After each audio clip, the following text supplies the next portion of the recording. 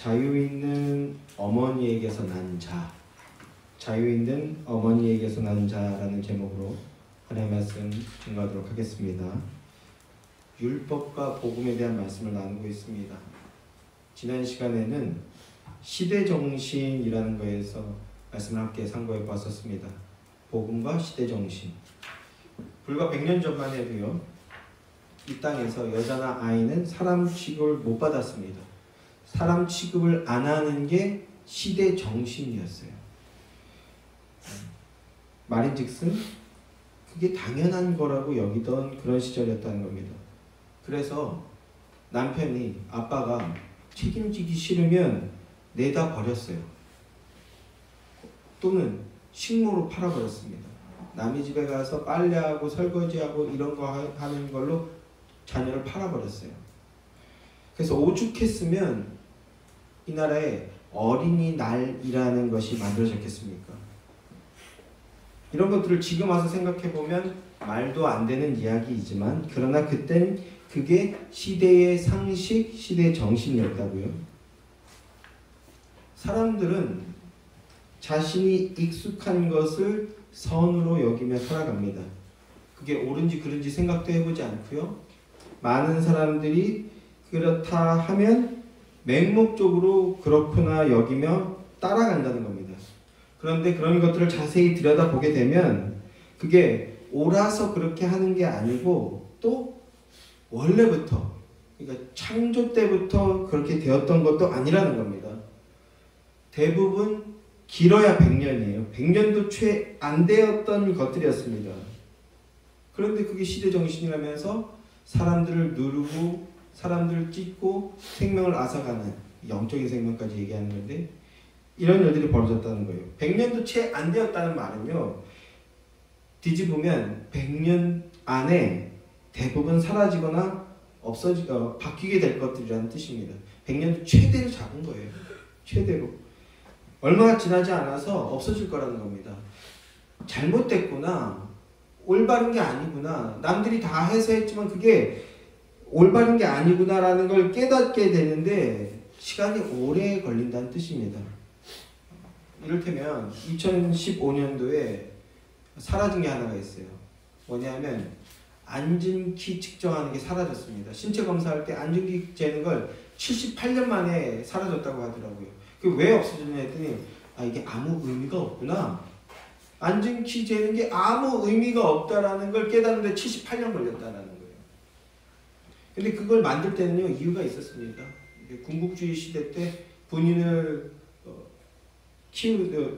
군인을 세우는데 앉은 키가 크면 신체적 내구성이 뛰어나다, 이렇게 생각했다고 하더라고요. 그게 전통이 돼서 그냥 너도 나도 이제 앉은 키를 쟀는데, 저희도 다 학창시절에 앉은 키 쟀잖아요. 근데 그게 생활에 아무 의미가 없구나라는 걸 깨닫는데 78년이 걸렸대요.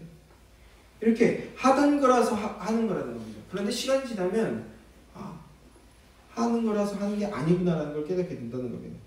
잘못됐구나 해서 결국 사라지게 될 것들을 우리는 인생의 가장 중요한 가치, 정신으로 여기며 살아가고 있지는 않은가. 그런데 많은 사람들이 그런 모습들로 살아가게 되는 것을 보게 된다는 겁니다. 그러나 그리스도인은 그런 시대 정신이라는 것에 갇혀있지 않은 존재라는 뜻입니다. 유한한 것, 일시적인 것, 즉 생명력이 없는 것에 갇혀있지 않은 존재라는 겁니다. 그리스도인이란 왜 구별됩니까?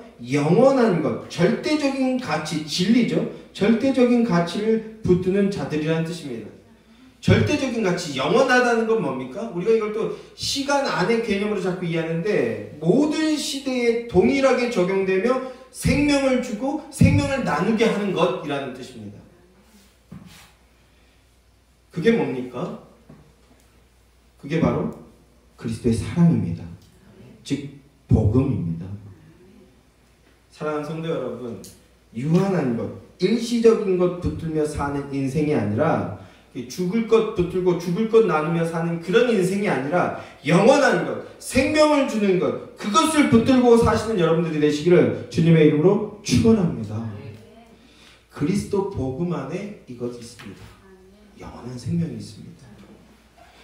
인간은 스스로 유한한 존재, 전적으로 무능한 존재, 생명을 산출해낼 능력이 없는 존재라는 것을 깨닫게 됐을 때, 그걸 알 때 비로소 전능하신 하나님의 은혜가 필요함을 깨닫고 찾고 구하게 되는 겁니다. 율법과 복음을 바르게 이해할 때 우리는 이 지혜와 생명력을 얻고 누리게 된다는 뜻입니다. 오늘 계속해서 나누는 이 말씀을 통해서 그런 생명의 능력과 은혜를 누리시는 여러분들이 되시기를 주님의 이름으로 축원합니다. 자, 오늘 본문 말씀은 우리에게 익숙한 이야기, 익숙한 이름, 익숙한 사건이 소환되고 있는 것을 보게 됩니다. 그리고 사도 바울이 그 사건과 그 인물들을 통해서 하나님의 무엇을 말씀하시려고 했는지를, 그 진정한 하나님의 뜻과 계획이 무엇이었는지를 밝히 설명해 주고 있는 그런 말씀입니다. 그것은 율법과 복음의 진의라는 거죠. 본문 19절 20절 말씀 다시 한번 함께 읽어보겠습니다. 19절 20절 말씀 다 함께 시작. 나의 사랑하는 자녀들아, 너희 속에 그리스도의 형상을 이루기까지 다시 너희를 위하여 해산하는 수고를 하노니 내가 이제라도 너희와 함께 있어 내 언성을 높이려 함은 너희에 대하여 의혹이 있음이라. 이렇게 말씀하죠. 갈라디아 교회 교인들을 부르는 겁니다. 그 부르는 호칭이 뭡니까? 나의 자녀들아 입니다. 나의 자녀들아. 목회자에게 성도는 사실은 자녀이죠. 그래서 저에게 복음을 증언해줬던 이들 향해서도 저도 아버지, 아버님 이렇게 부르기도 하는 겁니다. 매우 친밀한 표현으로 부르고 있는 겁니다. 그리고 너희를 위하여 다시 해산하는 수고를 하려 한다. 이렇게 말씀하고 있어요. 해산하는 수고. 자녀들아라는 것은요, 복음으로 낳은 자녀들이라는 뜻이라는 겁니다. 고린도전서 4장 14절 15절 말씀을 보면 내가 너희를 부끄럽게 하려고 이것을 쓰는 것이 아니라 오직 너희를 내 사랑하는 자녀같이 권하려 하는 것이라. 그리스도 안에 1만 스승이 있으되 아버지는 많지 아니하니 그리스도 예수 안에서 내가 복음으로써 너희를 낳았음이라. 이렇게 말씀하고 있어요. 복음을 통해서 낳은 자들이라는 거죠. 사도는 교회를, 성도를 그리스도 안에서 복음으로 낳은 자녀라고 생각하고 그래서 그렇게 부르는 겁니다. 복음 안에 생명이 있기 때문에 그런 겁니다. 그래서 사도 바울에게 교회, 성도는 형제 그 이상으로 귀중한 존재인 겁니다. 사도 바울이 교회를 어떻게 여기는지 그 사랑의 마음을 느낄 수가 있게 되는 거죠. 그런데 복음으로 다시 해산하는 수고를 하려고 한다라고 말하고 있어요. 다시 해산의 수고를 하려고 한다. 왜 그렇습니까? 20절 말씀 마지막 부분을 보면 너희에 대하여 의혹이 있음이라 라고 말씀하고 있죠. 의혹이 있다. 무슨 뜻일까요? 무슨 의혹이 있다는 걸까요? 이 말씀을 이해하기 위해서는요, 갈라디아서의 배경이 어떠한지 그 배경을 이해할 필요가 있습니다. 갈라디아서가 왜 쓰여졌는가? 간단하게 설명해서 갈라디아 교회 안에 거짓 증거자들이 들어왔어요. 거짓 증거자들이 들어와서 다른 복음을 전파하고 있는 그런 상황입니다. 다른 복음. 복음에 여러 가지가 있다는 게 아니라 다른 복음이라는 수사법이죠. 거짓 복음이라는 뜻입니다. 거짓 복음을 증언하는 자들이 들어왔다는 거예요. 예수도 믿어야 하지만 그러나 그리스도인이 되기 위해서는 할례도 행해야 된다. 즉 율법을 행해야 된다고 말하는 자들, 그런 자들이 들어왔다는 겁니다. 갈라디아 교회 안에 율법주의자들이 들어왔다라는 겁니다. 이게 갈라디아 전체의 문맥의 배경입니다. 그런데 갈라디아 교회, 복음으로서 낳은 이 갈라디아 교회의 형제들이 너무나 쉽게 그 율법주의자들의 말에 현혹되어서 다른 복음에 현혹이 되어서 율법을 행하는 자들로 변질이 되어버리고 있다는 거예요. 그래서 급한 마음에 먼저 편지로 메시지를 보내고 있는 겁니다. 사도 바울은 내가 그리스도의 복음으로 낳은 이 믿음의 형제들이 어떻게 이런 일이 벌어질 수 있는가? 처음부터 그들의 믿음이 참된 믿음, 참된 구원이 아니었던 것인가? 아니면 변심을 한 것인가? 이런 의혹을 가지게 되었다는 겁니다. 저 역시도 끊임없이 이런 질문들을 하게 되는 거죠. 결국은 이 말을, 그래서 때때로 형제나 지체들에게 이 말을 합니다. 그러나 그 말을 하는 것은요, 그들을 정죄하는 게 아니에요. 사실은요. 사도 바울의 마음을 이해해 보십시오. 복음이 부족했나? 온전한 복음을 증언하지 못한 건가 내가? 그에게 딱 적절한 말씀을 올바르게 증언하지 못한 건가? 여기에 방점이 있는 거예요. 그 말을 하는 것은요. 사도 바울의 마음이 그렇다는 겁니다. 그런 의욕을 가지게 되었다는 겁니다. 그래서 내가 언성을 높이려 한다라고 하는데요. 이 말은요, 우리네 어떤 정서로는 이 말은 혈기가 올라와서 내가 지금 소리 지르기 일보 직전이다, 이런 뜻처럼 여겨지는데요. 그런 뜻이 아니고요. 내 언성을 높이려 한다라는 말은 직역하면 말을 부드럽게 바꿔 말하겠다라는 겁니다. 이 말을 다시 의역하면 이제 우리 진솔하게 이야기해보자, 이렇게 의역할 수 있습니다. 즉 문제를 해결해보기 위해서 우리 같이 이야기해보자, 이런 말인 것입니다.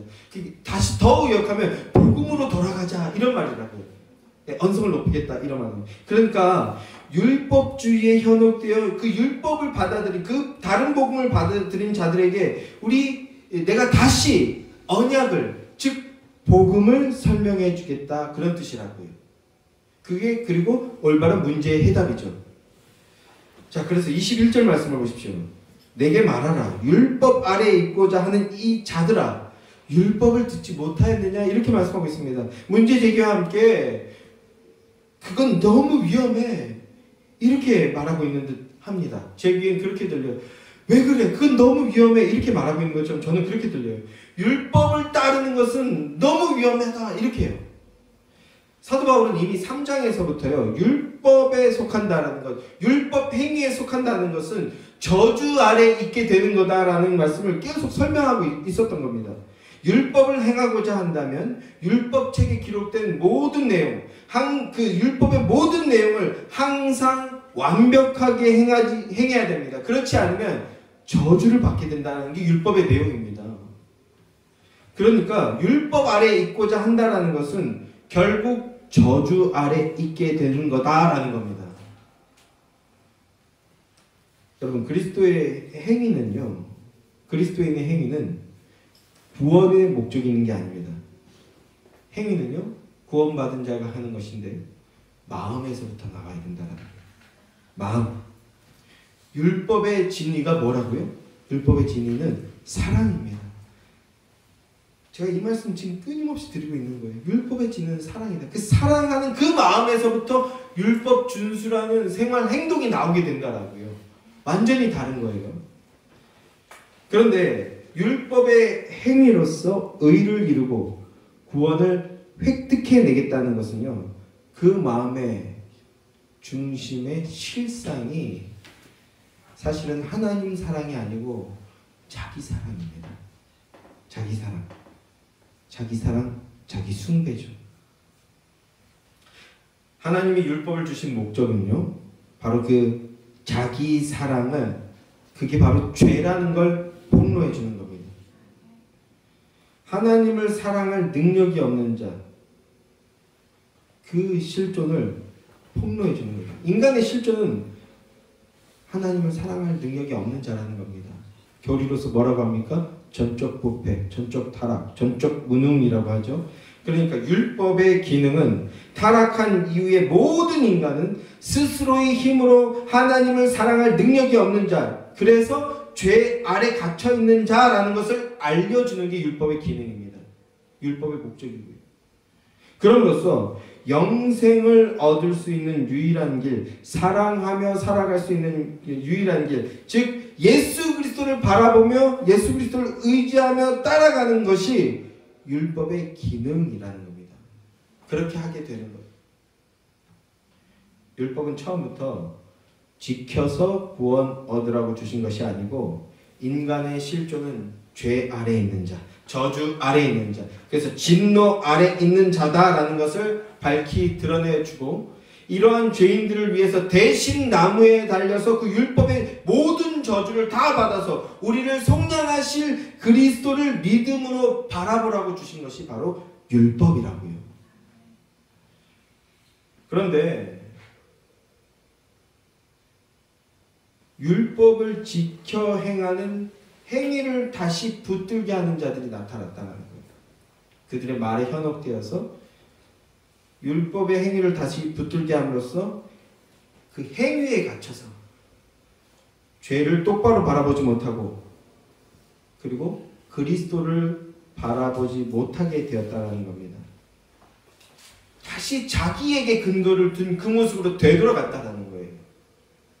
그래서 사도가 율법 아래 있고자 하는 자들아 율법을 듣지 못했느냐 이렇게 얘기하는 거예요. 그게 얼마나 위험한 건데 그러는 거냐, 그게 얼마나 위험한 건지 잊었느냐, 이렇게 간절하게 힐난하는 거죠. 간절하게 힐난하는 것, 그리스도의 사랑. 그래서 이제 율법이 무엇인지, 율법이 가르치고 있는 것이 무엇인지, 율법의 진의가 무엇인지를 다시 설명해 주기 시작하는 겁니다. 모세여경, 율법이라고 말씀을 드렸죠. 율법서에 나오는 두 아들의 이야기를 통해서 복음과 율법의 관계, 복음과 율법의 진의를 다시 가르쳐주고 있는 겁니다. 어느 아들이, 어떤 자가 진정한 상속자고 진정으로 유업을 잇게 되는 자인지 그것을 알려주겠다라는 거죠. 자, 본문 말씀 22절, 23절 말씀입니다. 함께 읽겠습니다. 시작.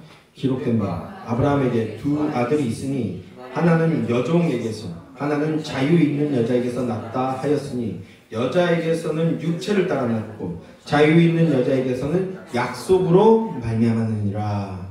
아브라함에게 두 아들이 있었으니라고 합니다. 누굽니까? 두 아들이 누구죠? 이삭과 이스마엘이죠. 잘 알고 계시죠? 우리에게 매우 익숙한 이름이죠. 근데 여자에게서 육체를 따라 난 아들이라고 합니다. 그 여자에게서 육체를 따라 난 아들은 이스마엘이죠. 그리고 약속으로 말미암아 난 아들이라고 합니다. 누굽니까? 이삭이죠. 이삭. 두 아들, 이삭과 이스마엘이라는 두 아들의 분명한 대조를 보이고 있는 겁니다.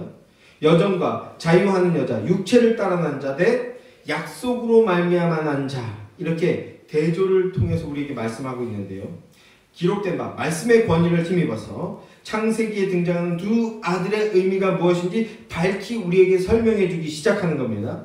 두 아들, 이삭과 이스마엘이 가지고 있는 영적 의미를 이해하기 위해서는요, 먼저 아브라함 언약에 대한 이해가 필요합니다. 사실은 이거 설명하려고 우리가 언약 시리즈 했던 거예요.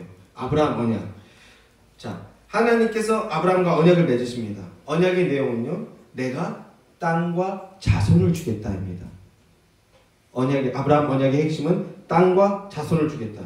본토 친척 아비의 집을 떠나서 내가 보여줄 땅으로 가라 한 땅, 이 땅이 후에 1500년 뒤에 이스라엘이라는 나라의 건국을 통해서 주어지게 되죠. 그러나 그것도 예표였습니다. 진정한 땅은 무엇입니까? 예수 그리스도 안으로 들어가는 것이었어요. 자, 그리고 아브라함은요, 우리가 가장 잘 알고 있는 내용이죠. 뭡니까? 후사가 없어요. 아들이 없습니다. 그래서 그 아브라함에게 이렇게 말씀합니다. 무별을 봐라. 하늘을 바라봐라. 그리고 하늘에 있는 저 무별들을 봐라. 셀 수 있는 그 무별들을 셀 수 있는 보라. 그리고 그에게 이르시되 내 자손이 이와 같으리라 라고 말씀하죠. 자손 주겠다고 약속합니다. 이 자손도 갈라디아 3장에서 뭐라고 얘기합니까? 자손들, 무별을 바라보고 그 무수한 별들을 바라보고 자손들이라고 말하지 않고 자손이라고 말하였으니 바로 그리스도 예수다라고 갈라디아 3장에서 설명해주고 있지 않습니까? 아브라함이 이걸 믿었다는 거예요. 예수 안으로 들어가고 예수 그리스도를 믿고 의지하는 것이 진정한 생명이고 하나님 나라 백성 되는 길이다라는 걸 믿고 믿음으로 받아들였다라는 겁니다. 그래서 아브라함이 그 약속을 믿음으로 받아들이고 믿음 고백하자 하나님은 뭐라고 하십니까? 창세기에 보면 그를 의로 여기셨다라고 합니다. 예수의 의를 받은 자, 천국 백성이 된 징표라는 거죠. 자, 그런데 문제가 하나 발생합니다. 어떤 겁니까? 약속을 하신 지 10년이라는 시간이 지났는데 그런데 아무 소식이 없다는 거예요. 이 정도면 하나님의 약속이 이루어질 법한데 그런데 아무런 소식이 없다는 거예요. 그러니까 하나님이 전능하시다고 하는데 전능하심을 믿고 있어요. 하나님의 의도가 뭔지 해석하려고 하기 시작하는 거예요. 현실적인 가능성은 점점 더 희박해져 가거든요. 나이가 굉장히 많아졌어요. 더 이상 아이를 낳을 수 있는 상태가 아닌 것 같거든요. 특히 아내 사례는 그 생리가 끊어졌습니다. 더 이상 자녀를 산출할 수 없는 상황이 됐어요. 그 자신들이 보기에 이건 다른 뜻이 있는지도 모르겠다 라고 생각하는 거죠. 그때 아브라함의 아내 사라가 한 가지 아이디어를 냅니다. 하나님의 약속하셨으니까 약속을 이루어 드리자. 여종 하갈을 취하여서 아들을 얻고 그 아들이 하나님의 약속이 되게 하자. 무슨 말입니까? 하나님의 약속이 성취되도록 우리가 힘을 좀 보태드리자. 하나님의 구원하는 일에 우리가 좀 협력하자. 신인 협력설이라고 하죠. 알미니안주의. 이런 아이디어를 내고 있는 겁니다. 이게 맞습니까, 여러분? 하나님이 약속하셨는데 그 약속이 이루어지지 않고 있어요. 그러면 어떻게 해야 됩니까? 협력해야 됩니까? 아닙니다. 이루어질 때까지 기다리는 게 믿음입니다. 하나님이 약속하시면 반드시 이루어지는 겁니다. 그러니까 뭐 해야 됩니까? 기다려야죠. 그런데 사라는 인간의 힘과 방법을 동원해서 아들을 만들어내겠다 하고 있습니다. 약속을 획득해내겠다라는 겁니다. 하나님께 협력하겠다라고 말하지만 사실은 속내는 뭐예요? 나라는 존재의 주체성이 자기 사랑이 극대화되고 있는 모습인 겁니다. 하나님보다 자기에게 관심이 있을 때 이런 행동이 나오게 된다는 거예요. 그런데 사라의 이 제안을 아브라함이 수용합니다. 최소한 아브라함이라도 만류했어야 되는데, 그런데 사라의 그 말에 동조합니다. 결국 사람에게는 구원할 능력이 없다는 것이 드러나요. 모든 사람은 다 거짓되고 오직 하나님만 참되시다라는 것을 드러내 보여주고 있는 겁니다. 이렇게 해서 아들을 얻게 되는데 그 아들이 바로 이스마엘입니다. 이 일로 인해서 하나님은요, 그 후로 오랫동안 아브라함에게 나타나시지 않습니다. 그러다가 13년 만에 다시 나타나십니다. 다시 찾아오셔서 이렇게 말씀하세요. 너는 내 앞에서 행하여 완전하라 라고 말씀하십니다. 여러분, 인간은 하나님 앞에 완전할 수 없어요. 그런데 하나님께서 완전하라고 말씀합니다. 어떻게 하라는 것일까요? 그에게 완전하라고 하신 말씀의 뜻이 뭘까요? 그것은 하나님의 약속에 뭔가 보태려고 하는 그런 거 하지 말라는 겁니다. 그런 거 하지 말고 전적으로 하나님의 약속을 믿고 의지하라라는 겁니다. 그게 하나님의 말씀하시는 완전입니다. 의죠, 의. 그래서 하나님은요, 아브라함이 어떤 시도도 덧대어 볼 수 없는 99세라는 나이, 완전히 마른 막대기와 같은 인생이 되었을 때 그때 다시 찾아와 주신 겁니다. 뭔가 시도할 수도 없는 상태가 되었을 때, 그때 너와 내 아내 사라 사이에서 아들을 낳을 것이다 라고 말씀하십니다. 그런 다음에 아브라함에게 할례를 행하라고 하십니다. 비로소 율법으로서 할례, 아직 율법이 되진 않았지만 할례가 성경에 나타나게 되는데요. 이 할례가 뭡니까? 제가 계속해서 말씀드리고 있죠.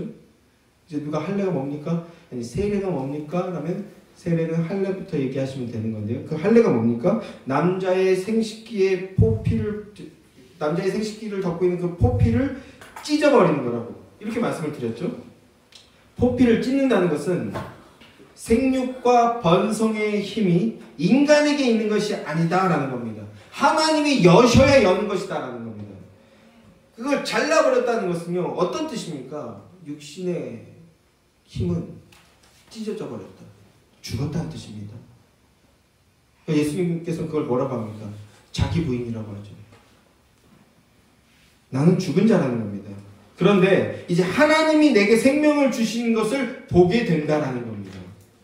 할례란 하나님의 약속과 능력을 나타내는 표가 되는 겁니다. 그래서 그런데 눈먼 이스라엘 백성들은요, 할례의 의미가 아니라 그 할례 자체를 붙들고 자랑했어요.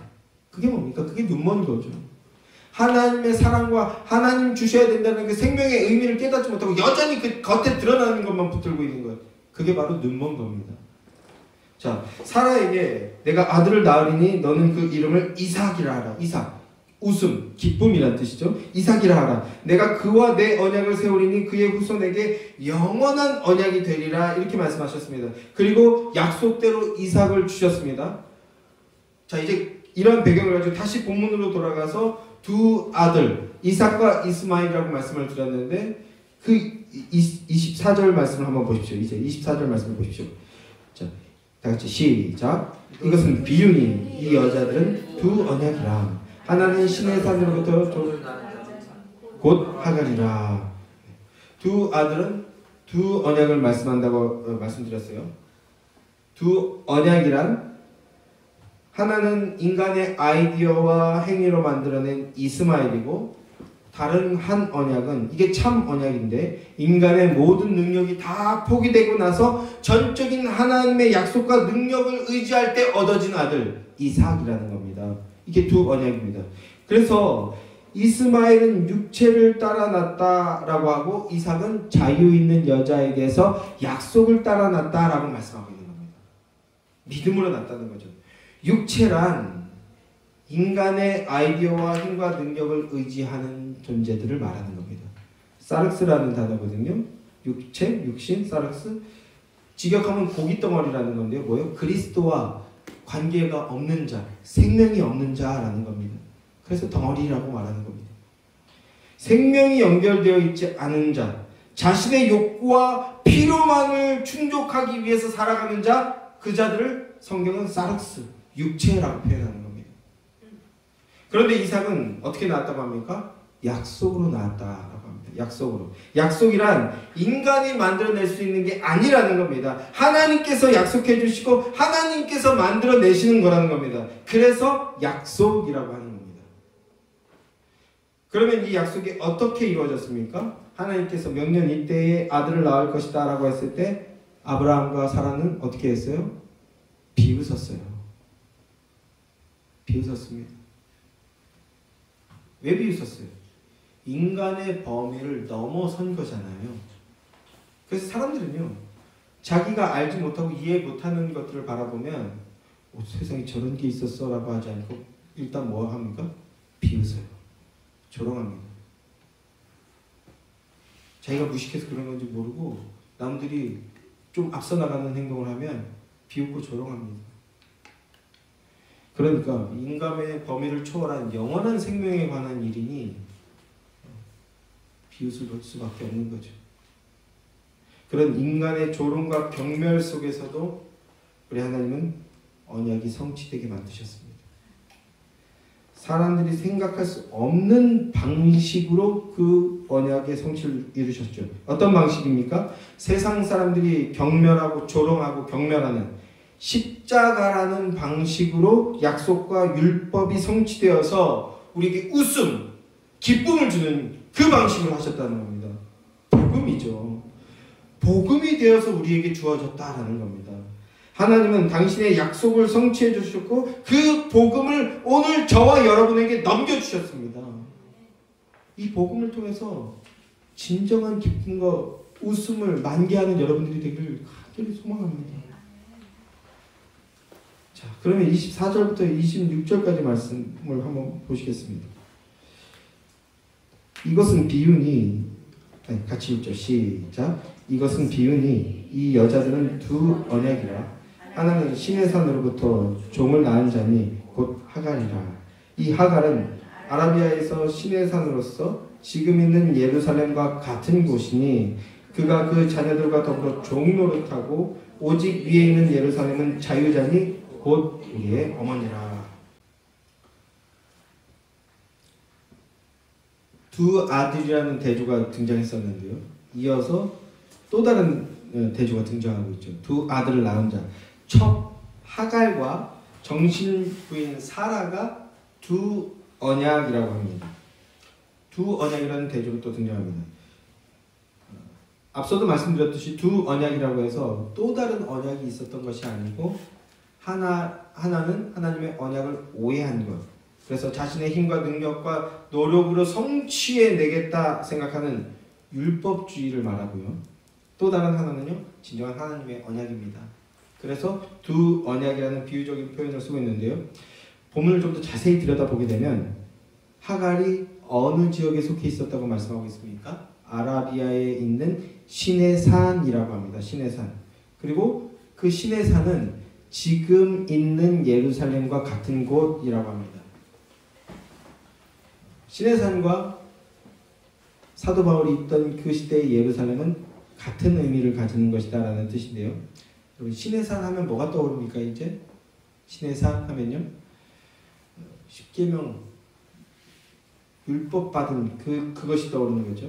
그러니까 하갈은 옛 언약, 즉 율법에 비유하고 있는 겁니다. 그리고 율법은 뭡니까? 인간의 행위라는 겁니다. 자기의. 그 시내산과 예루살렘은 같은 거다라고 말씀하고 있어요. 그러니까 사도 바울이 이 성전을 얘기하는 이 시점쯤에는 아직 예루살렘에 성전이 있었던 시기입니다. 그리고 그 성전에는요, 당대에 유명하다는 지도자들, 권세 있다는 지도자들이 다 버티고 있던 그런 시절이었어요. 그런데 그 예루살렘을 지금 부정하는 말을 하고 있는 겁니다. 엄청난 용기가 필요하죠. 그런데 어떻게 그럴 수 있습니까? 그 안에 그리스도의 믿음이 있기 때문인 겁니다. 예루살렘 성전은 진정한 성전인 예수 그리스도를 모형하는 그림자일 뿐이었고, 실체가 오셔서 성전의 내용을 다 이루어냈다. 그러니까 더 이상 우리는 그 보이는 성전을 금과 옥조처럼 붙들고 있을 이유가 없다는 겁니다. 그런데 여전히 성전을 붙들고 제사를 지내며 율법의 행위로서 자기의 의를 드러내는 자들이 있었다는 겁니다. 그 모습이 바로 옛 언약에 비유하고 있는 겁니다. 그 모습을. 자, 그리고 그 옛 언약은 자기의라는 거예요. 그에 반해 사랑은 새 언약에 비유하고 있는 겁니다. 하늘에 있는 진정한 예루살렘, 예루살렘이 모형하고 있던 것이 무엇이냐? 하늘 예루살렘, 진정한 영원한 새하늘과 새 땅, 천국을 얘기하는 거야 라는 것, 그런 뜻이라는 겁니다. 그러니까 하갈은 옛 언약, 율법주의, 행위주의자들을 비유하고 있는 거고요. 사라는 오직 그리스도의 은혜만 믿고 붙드는 믿음이 참 믿음이라는 걸 말씀하고 있는 그런 뜻인 겁니다. 율법이란 행위를 말하는 건데, 율법주의, 행위주의란 결국 자기 자신에게 근거를 두고 있는 자라는 것을 기억하시기 바랍니다. 어떠한 행위든 모든 행위는요, 마음에서부터 나오는 거거든요. 그러니까 율법주의란 결국 자기 사랑에서부터 나오는 자기 숭배라는 겁니다.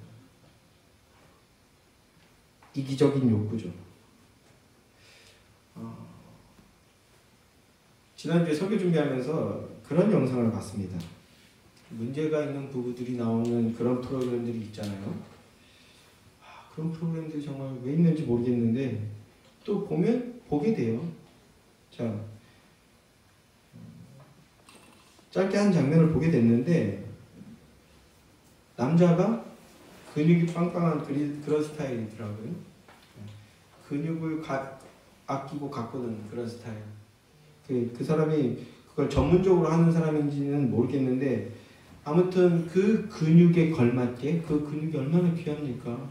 그러니까 그걸 지키기 위해서 애쓰는 거죠. 그래서 그 근육을 지키고 가꾸기 위해서 뭐합니까? 삼시세끼 단백질 식단으로 식사를 하는 겁니다. 쉽지 않겠죠. 어려운 일입니다. 얼마나 열정적인 사람입니까? 그런데 그분의 아내는 하나 불만이 있어요. 어떤 불만이냐? 제발 주말만큼이라도 나하고 같이 식사 좀 하자. 여자가 주말만큼이라도 그거 그만하고 한 끼라도 제발 나랑 같이 식사 좀 하자. 그런데 남자는 들은 채 만취합니다. 그랬더니요, 안 되겠는지 아내가 말을 잇습니다. 그러면 나 밥 먹을 동안 옆에 앉아 있기라도 해라. 아니, 그거 옆에서 먹어라.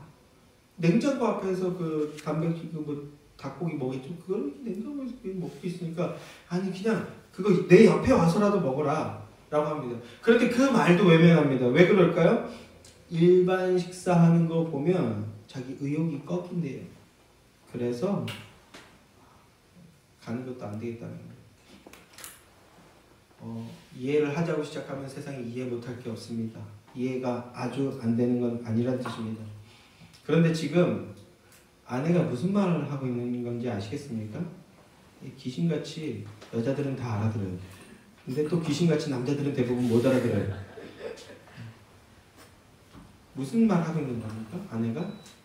밥 얘기하고 있는 건가요? 아니죠. 나는 지금 당신의 사랑이 필요하다. 나는 지금 당신의 나를 향한 마음이 필요하다라는 겁니다.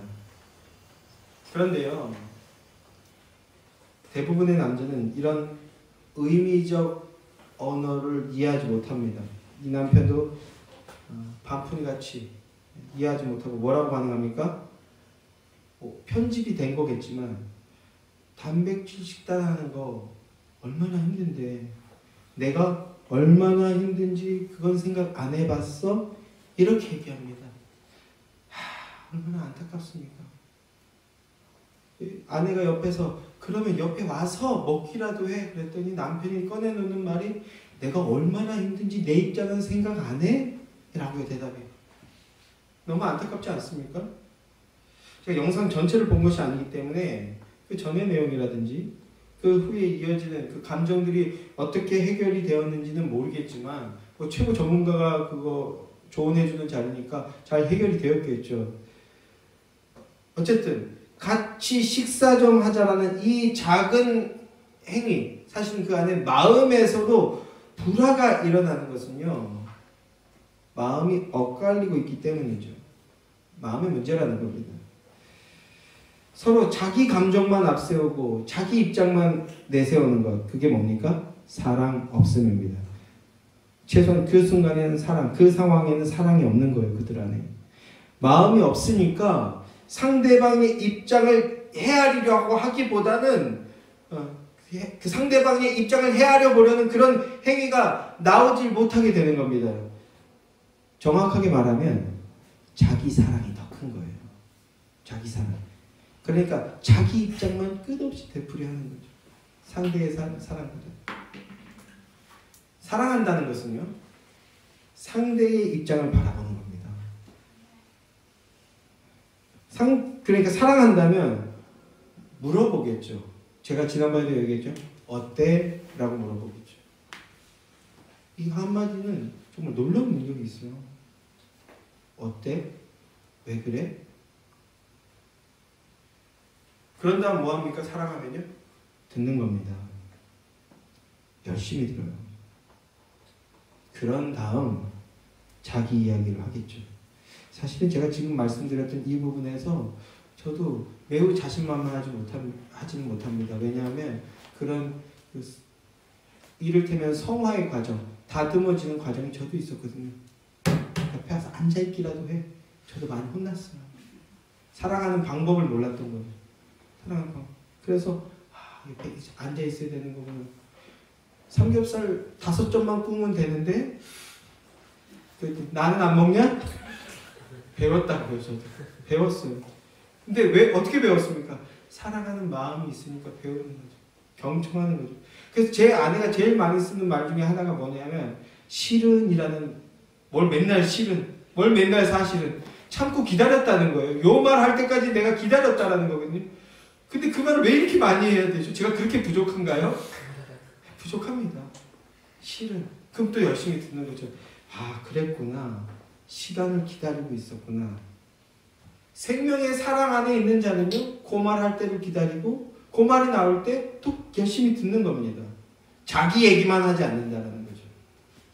진정한 부부 사랑, 진정한 가족 사랑은요, 이 그리스도의 사랑을 맛본 자만 할 수 있는 거예요. 그리스도의 사랑 안에 있는 자만 한 겁니다. 자신을 다 내어주는 그것을 통해서 상대방을 살리는 그 사랑. 그래서 하나님 안에 있게 하나 되게 하여서 화목하게 하는 그 사랑. 그리스도의 사랑을 알아야 진짜 사랑을 행할 수 있게 되는 겁니다. 이게 없으면요, 자기 사랑이 튀어나온다니까요.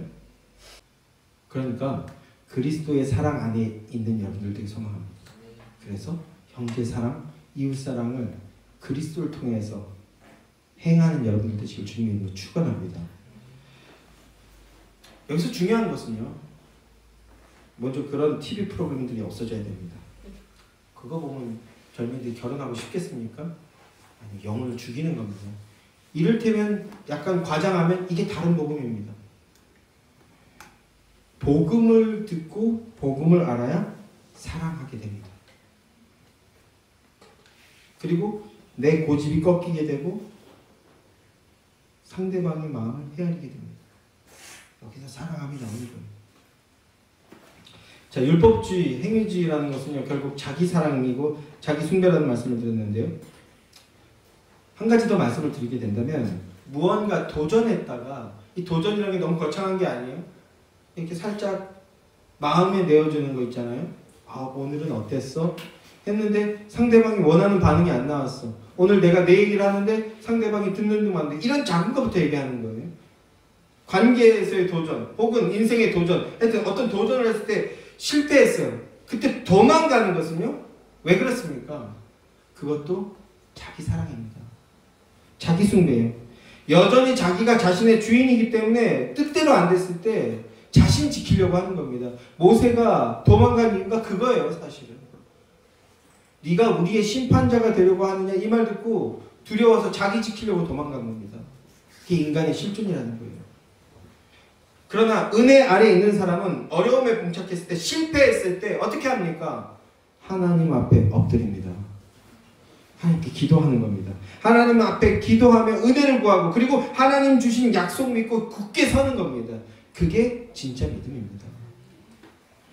언약 안에 있는 자, 자유 있는 어머니에게서 난 자라는 것은 자신의 그 육신의 법이 깨어진 자입니다. 자기를 사랑하며 인생의 경륜을 붙들던 그 육신의 법칙이 깨어지고 찢어진 자입니다. 자신에게서 생명을 산출해낼 능력이 없음을 인정한 자인 겁니다. 그래서 뭐합니까? 그래서 예수 그리스도, 하나님만 바라보고 하나님만 의지하는 자가 바로 자유 있는 여자에게서 난 자, 즉 성도입니다.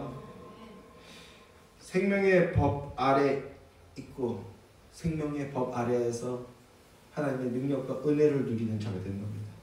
이것이 자유 있는 어머니에게서 났다는 말의 진의입니다. 은혜로 새 생명을 얻은 자, 은혜 아래에 있는 자, 여러분이 그런 복된 자이시길 주님의 이름으로 축원합니다. 26절 말씀을 보시면, 26절 말씀을 보십시오. 26절 말씀을 보시면 그 사라를 위에 있는 예루살렘이라고 합니다. 무슨 뜻입니까? 앞서도 말씀드렸듯이 위에 있는 예루살렘이란 천상의 보좌를 얘기하는 건데요. 이 땅에서는 무엇입니까? 그게 바로 교회입니다. 계시록 21장 10절 말씀을 보면 성령으로 나를 데리고 크고 높은 산으로 올라가 하나님께로부터 하늘에서 내려오는 거룩한 성 예루살렘을 보니라고 말씀합니다. 하늘에서 내려오는 거룩한 성 예루살렘, 교회가 내려온다라는 것이죠. 그리스도의 몸인 교회. 그 교회는 인간의 행위와 노력과 공로로서 세워지는 것이 아니라 오직 하나님의 약속 위에 설 때 세워진다는 그런 뜻인 겁니다. 은혜라는 겁니다. 은혜. 그러니까 우리의 어머니라는 것은요, 언약입니다. 그리고 복음을 가리키는 겁니다. 복음으로서 나아진 주님의 자녀들, 즉 교회를 말하는 겁니다. 하갈은 육체를 따라 자식을 낳았어요. 그 자식은 진짜 생명을 가진 존재, 진짜 자녀가 아니라는 겁니다. 영원한 생명, 즉 생명을 가지지 못한 자라는 겁니다.